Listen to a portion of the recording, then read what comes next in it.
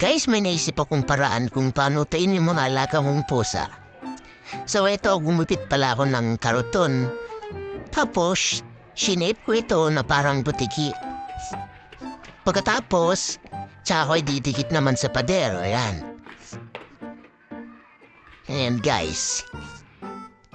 Dinikit ko siya after ng ilang minuto.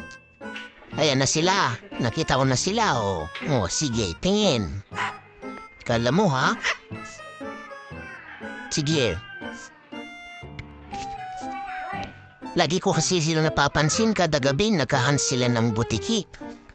Ano, hindi mo makuha? Sige, tingin lang. Ayan. Ewan ko na lang kung hindi manigas siyang leeg niyo.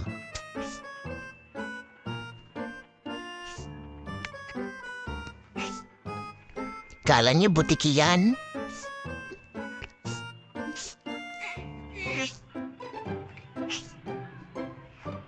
Oh, sige, ano?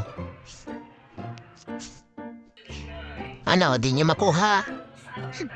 Lang sa nagsawa, o ito naman, o ito. Tingin pa rin ang tingin. Kala niya totoong butiki talaga eh, no?